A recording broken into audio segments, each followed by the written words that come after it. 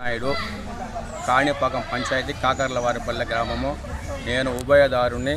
నేను ఒక భక్తుణ్ణి.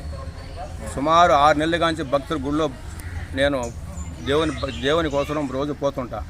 వాళ్ళు వేదిక కమిటీ ఒకటి పెట్టుకొని రోజుకు ఒక రకం వాళ్ళు మార్చుకుంటూ ఉన్నారు.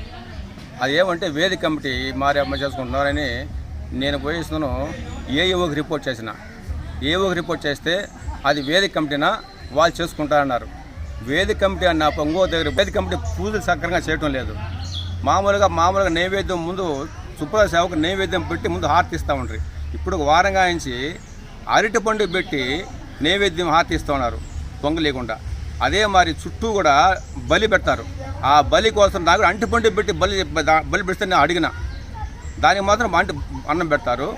భక్తులకు వచ్చి కిచ్చపరిచే మారి వాళ్ళు బిహేవ్ చేస్తున్నారు వేద కమిటీ. ఇక్కడ ఈ మరి లేదు.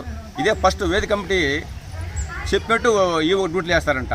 ఈ డ్యూటీ వేసేటప్పుడు ఈఓ ఎందుకు, చైర్మన్ ఎందుకు, ఏఈఓ ఎందుకు, సూపరింటెండెంట్ ఎందుకు, టెంపుల్స్ ఎందుకు? వేద కమిటీ చెప్పేటప్పుడు వాళ్ళంతా ఎందుకు అవసరం లేదు కదా.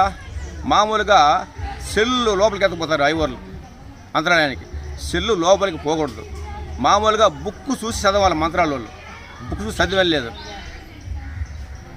ఇప్పుడు కేసులు ఉండేవాడు, కేసు ఉండే హత్యకుడు వేద కమిటీగా ఉండకూడదు.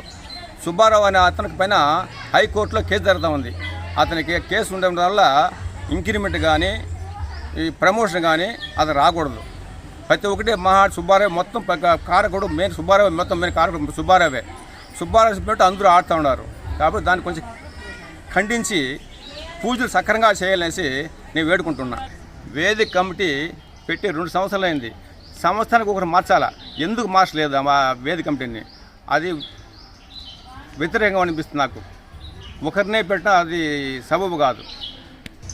వీరికి సుబ్బారావుకు అనుకూలంగా ఉండే వాళ్ళని మంచితో డ్యూటీ చేస్తాడు.